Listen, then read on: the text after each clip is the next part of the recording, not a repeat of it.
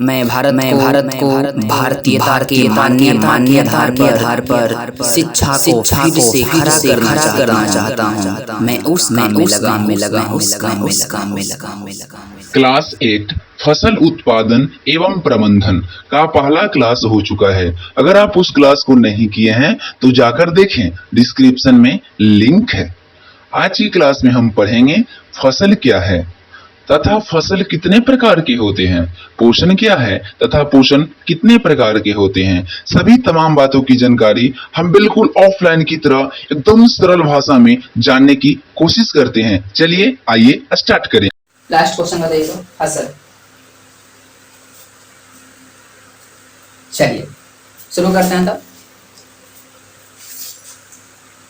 फसल क्या नाम है? फसल। जैसी फसल लिखते हैं सबके दिमाग में प्रश्न आता है कि फसल किसे कहते हैं। ये सब जानता है कि हम खेत में फसल रोपा हुआ देखे हैं, लेकिन कोई पूछे ना कि फसल किसे कहते हैं, हम ना बता दो सर, क्योंकि हमरा आवा ही ना आवा का कर खेत में देख लिए जाके उसे फसल कहते हैं। नहीं यही ना नहीं था। सुनिए, अगर आपसे कोई फसल का डेफिनेशन पूछता है तो मात्र क्षण मन में याद बता सकते हैं। मैं 3 बार बोलूंगा और आपको अगला बार याद होना चाहिए, क्योंकि हम चाहते हैं क्लास में 90% क्लियर हो जाए। इससे कम होगा तो क्लास नहीं आना, क्योंकि जिसको अगर 90% क्लास में याद नहीं होता समझ लीजिए जीवन में सक्सेस नहीं करेगा। 90% क्लास में याद, 10% पेज पलटेंगे क्लियर हो जाएगा। क्लियर? 3 बार हम फसल का डेफिनेशन बोलेंगे, भारी भरकम कोई है नहीं। भोजन की प्राप्ति के लिए कोई निश्चित स्थान पर एक ही तरह के पौधों का उत्पादन करना फसल कहलाता है। क्या बोलेंगे? भोजन की प्राप्ति के लिए कोई निश्चित स्थान पर एक ही तरह के पौधों का उत्पादन करना फसल कहलाता है। एक बार फिर से, भोजन की प्राप्ति के लिए कोई निश्चित स्थान पर एक ही तरह के पौधों का उत्पादन करना फसल कहलाता है। क्लियर हो गया ना?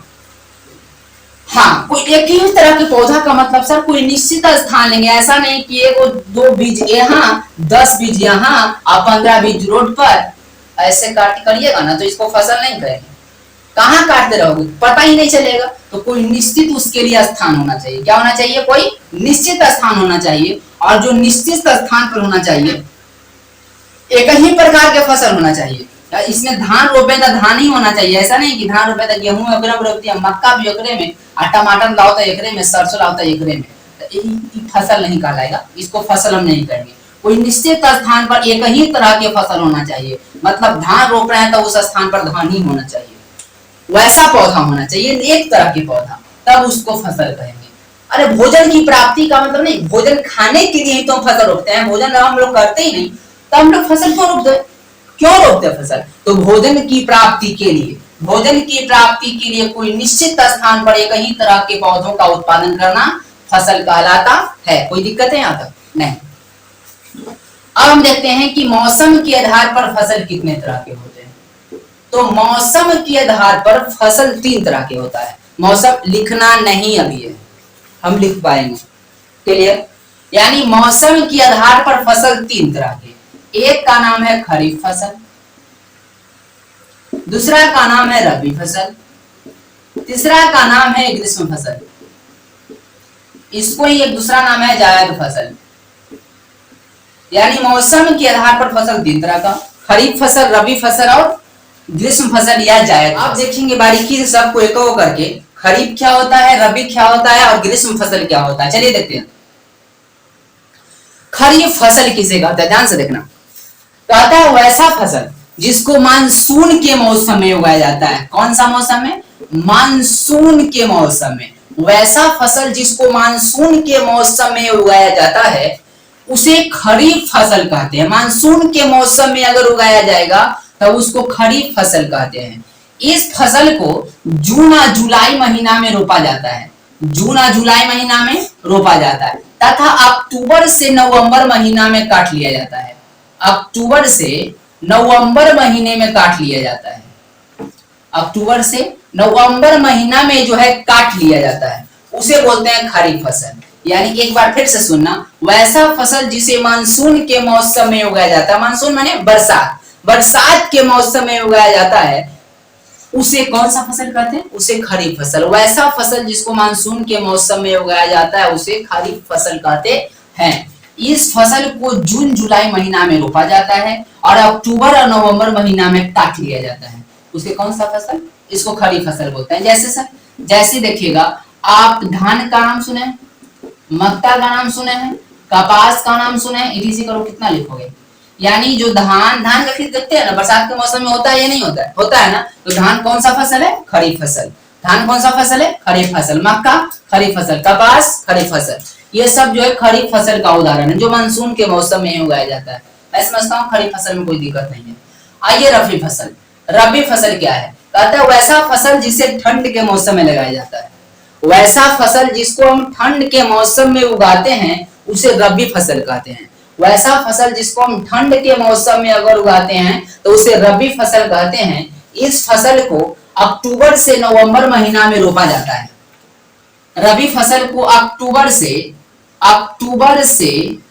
नवंबर महीना में इसको रोपा जाता है और इसको जो है ना, इसको मार्च से जून महीना में काट लिया जाता है। अप्रैल भी ले जा सकते हैं, सही मार्च अप्रैल ही रहेगा तो मार्च अप्रैल ही लिखते हैं।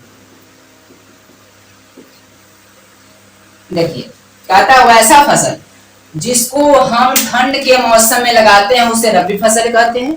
इस फसल की बुआई अक्टूबर से नवंबर महीने में होता है, माने अक्टूबर से नवंबर महीने में रोपते हैं और मार्च से अप्रैल महीना में काट लेते हैं, उसे हम रबी फसल कहते हैं। वैसा फसल जिसे ठंड के मौसम में लगाया जाता है, इस फसल को अक्टूबर से नवंबर महीना में रोपा जाता है और मार्च से अप्रैल महीना में काट लिया जाता है, इसको हम बोलते हैं रबी फसल। जैसे आप गेहूं का नाम सुने हैं,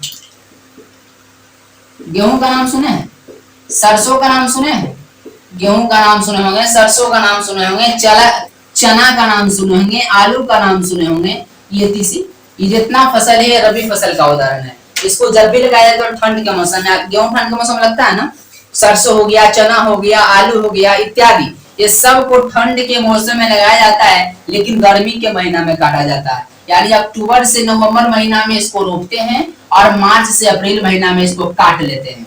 इसको क्या बोलते हैं? रबी फसल। क्लियर हो चुका है। अब हम समझते हैं ग्रीष्म फसल क्या है, मतलब जायद फसल। नाम ही है जायद। नाम क्या है? जायद, माने अब ना अब जायद। यानी बोलेंगे वैसा फसल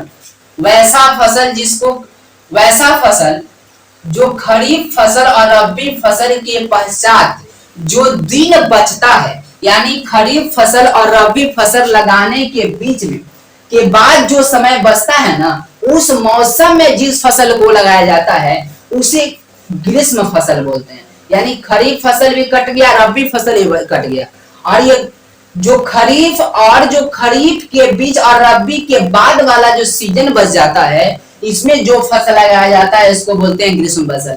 अर्थात इसको एक एवरेज दिया गया मार्च से जून, यानी मार्च से जून महीना में जो फसल का पैदावार होता है उसे ग्रीष्म फसल कहते हैं। उसे कौन सा फसल कहते हैं? उसे ग्रीष्म फसल कहते हैं। जैसे इस मौसम में आप तरबूज का नाम सुने होंगे, खीरा का नाम सुने होंगे, मक्का का नाम, मूंगफली का नाम, ये सब जो है वह मार्च से जून महीना में लगाया जाता है। ये सभी फसल को ग्रीष्म फसल या जायद फसल के नाम से जानते हैं। जब खरीफ और रबी कटता है तब इस फसल को रोपा जाता है। खरीफ और रबी जब पूरी तरह समाप्त हो जाता है और इसके बाद का जो समय बचता है ना, इसमें जो फसल लगाया जाता है उसको बोलते हैं ग्रीष्म फसल। उसे कौन बोलते हैं? उसे ग्रीष्म फसल बोलते हैं। एवरेज इसका लिया गया मार्च से जून महीना में जो फसल लगाया जाएगा उसको बोलते हैं ग्रीष्म फसल। इस मौसम में क्या लगाया? तरबूज का नाम, मूंगफली का नाम, मूंग का नाम सुने होंगे, मक्का का नाम सुने होंगे, खीरा का नाम सुने होंगे, ये सब ग्रीष्म फसल का उदाहरण है। क्लियर हो चुका है ना? अब हम बारीकी से सभी को लाइन बाय लाइन लिखें। चलिए कॉपी निकालिए और लिखना शुरू कीजिए। चलिए अब लिखिए फसल किसे कहते हैं। लिखिए भोजन की प्राप्ति के लिए कोई निश्चित स्थान पर एक ही तरह के पौधों का उत्पादन करना। फिर से मिलाइएगा, भोजन की प्राप्ति के लिए कोई निश्चित स्थान पर एक ही तरह के पौधों का उत्पादन करना फसल कहलाता है, फसल कहलाता है। देख रहे हैं फिगर, फसल कहलाता है। नीचे लिखिए पैराग्राफ चेंज करके, मौसम के आधार पर फसल तीन तरह के होते हैं। नीचे, मौसम के आधार पर फसल तीन तरह के होते हैं, तीन तरह के होते हैं। खरीफ फसल, रबी फसल, ग्रीष्म फसल। मौसम के आधार पर फसल तीन तरह के होते हैं, खरीफ फसल, रबी फसल और ग्रीष्म फसल। इसको इंग्लिश फसल को जायद फसल के नाम से जाना जाता है। हो गया। अब लिखिए खरीफ फसल एक ऐसे दीजिए। देखिए वैसा फसल जिसको मानसून के मौसम में उगाया जाता है, वैसा फसल जिसको मानसून के मौसम में उगाया जाता है, उसे खरीफ फसल कहते हैं, उसे खरीफ फसल कहते हैं। ऑनलाइन वालों को लिखने में दिक्कत हो रहा होगा तो आप वीडियो रोक कर भी लिख सकते हैं। उसे खरीफ फसल कहते हैं। नीचे स्टार देके लिखिएगा, नीचे स्टार देके लिखिएगा। इस फसल की बुआई, इस फसल की बुआई माने रोपण, इस फसल की बुआई जून से जुलाई महीना में, जून से जुलाई महीना में, जून से जुलाई महीना समझ में आया, दोनों पे रोपेंगे। यानी जून से शुरू होता है, जुलाई महीना में पूरा ये रोपा जाता है। हाँ, इसकी बुआई जून से जुलाई महीना में तथा कटाई अक्टूबर से नवंबर महीना में किया जाता है, तथा कटाई अक्टूबर से नवंबर महीना में किया जाता है।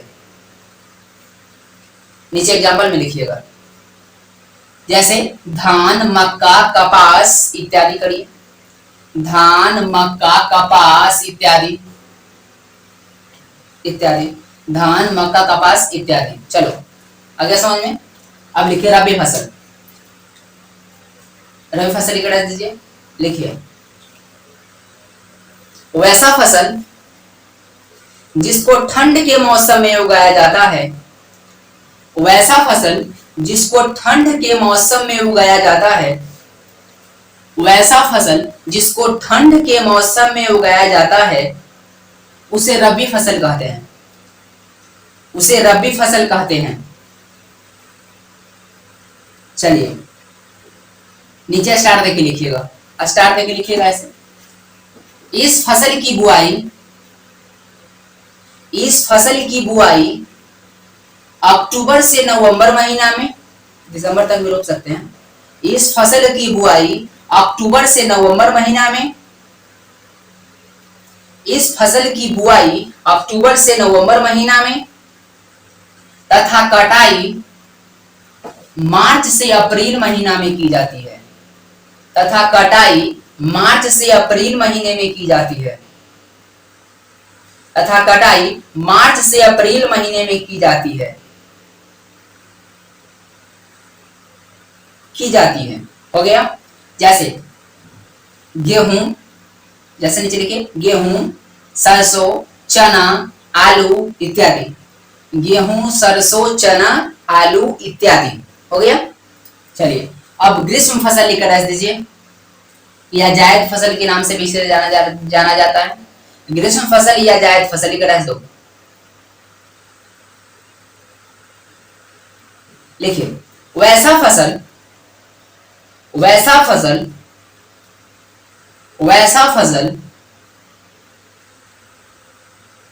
जिसको मार्च से जून महीने में,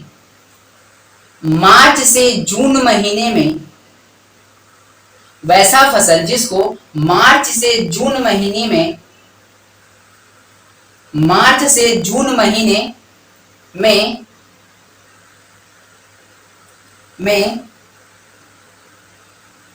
जो फसल का उत्पादन होता है, मार्च से जून महीने में जो फसल का उत्पादन होता है, उसे ग्रीष्म फसल कहते हैं, उसे ग्रीष्म फसल कहते हैं, उसे ग्रीष्म फसल कहते हैं ना। स्टार ना में वैसा फसल जिसको मार्च से जून महीने में फसल का उत्पादन किया जाता है उसे जायद फसल या ग्रीष्म फसल कहते हैं। हो गया। चलिए नीचे स्टार देख लीजिए। जैसे जैसे जैसे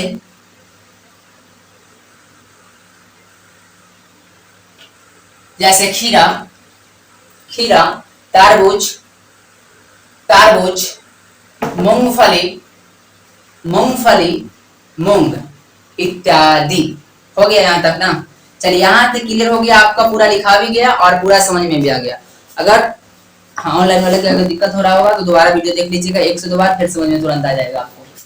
चलिए इसके बाद हम देखते हैं, फसल तो हो गया, इसके बाद हम पोषण के बारे में देखते हैं कि पोषण क्या होता है। पोषण के बारे में देखते हैं, पोषण कितने प्रकार के होते हैं और पर पोषण का कितने प्रकार होते हैं। रुकिएगा 1 मिनट।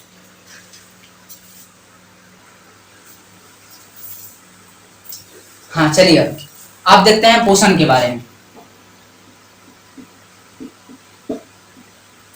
क्या होता है पोषण। देखिए पोषण को ठेठ में भोजन बोलते हैं, पोषण को ठेठ में क्या बोलते हैं, भोजन। अगर ठेठ में कहा जाए तो पोषण का दूसरा नाम है भोजन। क्या नाम है दूसरा नाम, भोजन। आप देखिएगा पोषण क्या कहलाता है अर्थात पोषण किसे कहते हैं। सुनिएगा, कहता है इस संसार के सभी जीव विभिन्न प्रकार के पोषक तत्वों को ग्रहण करते हैं। इस संसार के सभी जीव विभिन्न प्रकार के पोषक तत्वों को ग्रहण करते हैं, उसे पोषण कहते हैं। इस संसार के सभी जीव, याद कर रहे हैं, इस संसार के सभी जीव विभिन्न प्रकार के पोषक तत्वों को ग्रहण करता है, उसे पोषण कहते हैं। याद हुआ, इस संसार के सभी जीव विभिन्न प्रकार के पोषक तत्वों को ग्रहण करता है, उसे पोषण कहते हैं। ये विभिन्न प्रकार के पोषक तत्व क्या है?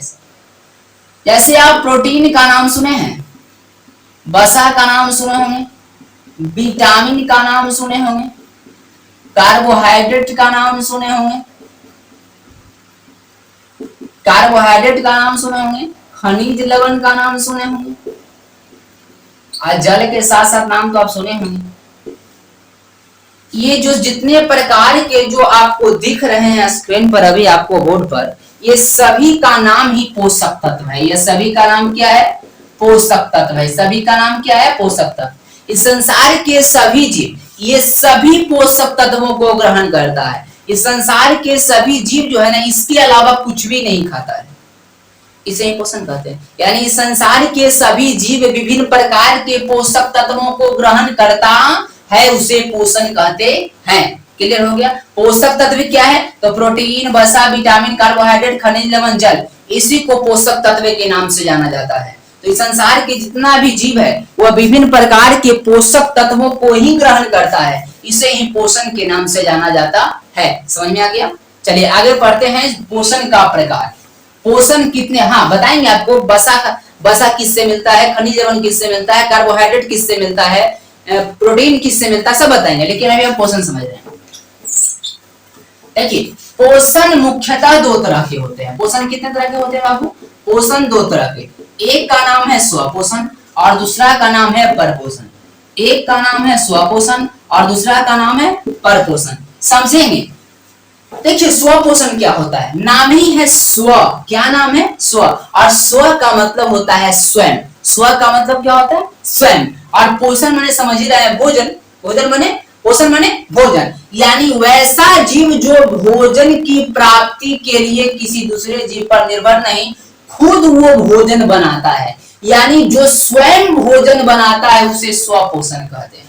स्व माने स्वयं, पोषण माने भोजन। जो खुद भोजन बनाता है, जैसे मम्मी खुद भोजन बनाती है, तो मम्मी भोजन बनाती नहीं है, वो पकाती है। क्लियर।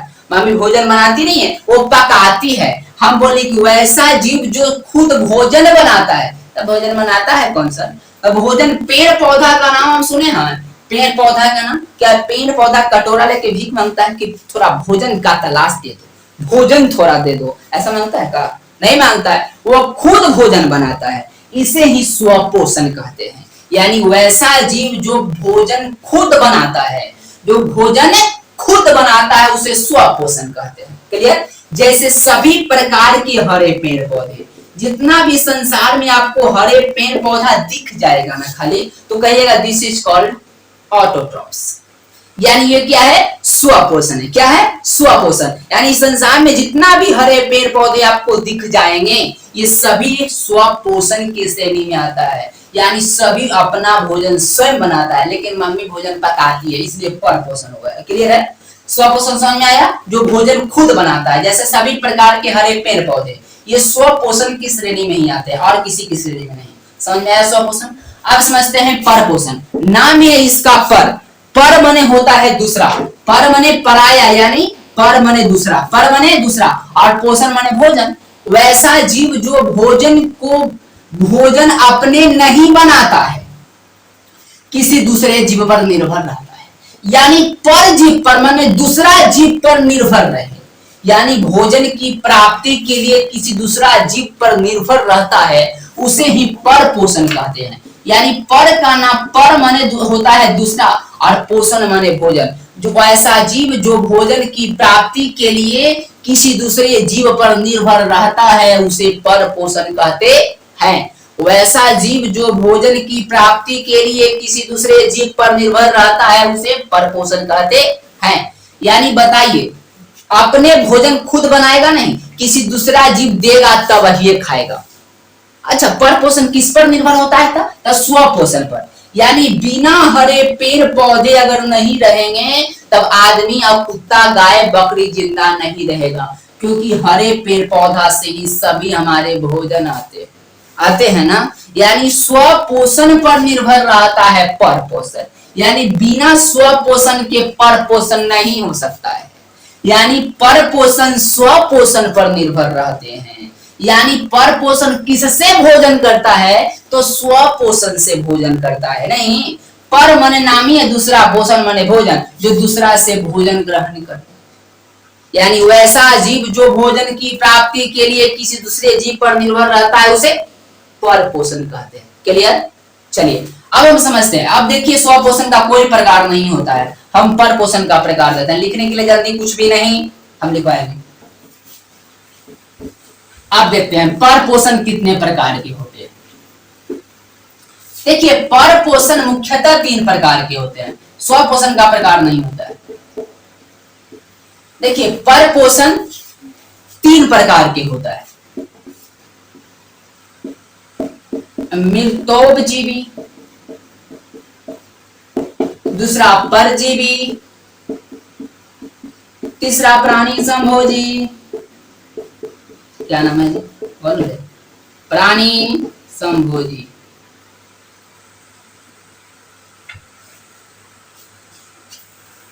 प्राणी संभोजी जो पानी से नहाता है लिबास बदलता है, लेकिन जो पसीना से नहाता है एक दिन इतिहास बदलता है। क्लियर है ना? चलिए, हंसी मजाक ज्यादा ना, चुपचाप पर। नाम है मृतोपजीवी, परजीवी और प्राणी समभोजी। देखिए, नाम है मृत। मृत माने मर गया, मृत माने मर गया, यानी मृत माने मरना, और जीवी माने जीव, जीवी माने जीव। यानी बोलेंगे वैसा परपोषण जो मरे हुए पदार्थों से अपना भोजन ग्रहण करता है। नहीं समझे? नाम है मृतोप। मृतोप माने मर जाना, जीवी माने जीव। यानी वैसा जीव जो मरे हुए पदार्थों से भोजन ग्रहण करता है। यानी जो पदार्थ मर गया उससे भोजन जो जीव ग्रहण करेगा, उसे मृतोपजीवी के नाम से जाना जाएगा। किस नाम से? मृतोपजीवी के नाम से जाना जाएगा। जैसे कवक का नाम आप सुने हैं, बैक्टीरिया का नाम आप सुने हैं, ये सब जो है मरा हुआ पदार्थ से भोजन ग्रहण करता है। जैसे आपको हम आदमी का मरा हुआ सब दिखाते हैं। देखिए, ये आदमी का लाश है, जैसे फिर कुत्ता के देख सकते हैं लाश, ये कुत्ता का लाश है। ये आप कई प्रकार के लाशें देख सकते हैं, जैसे जानवर का लाश ये है। इस पर बैठ के जो भोजन खाता है, जो जीव भोजन ग्रहण करता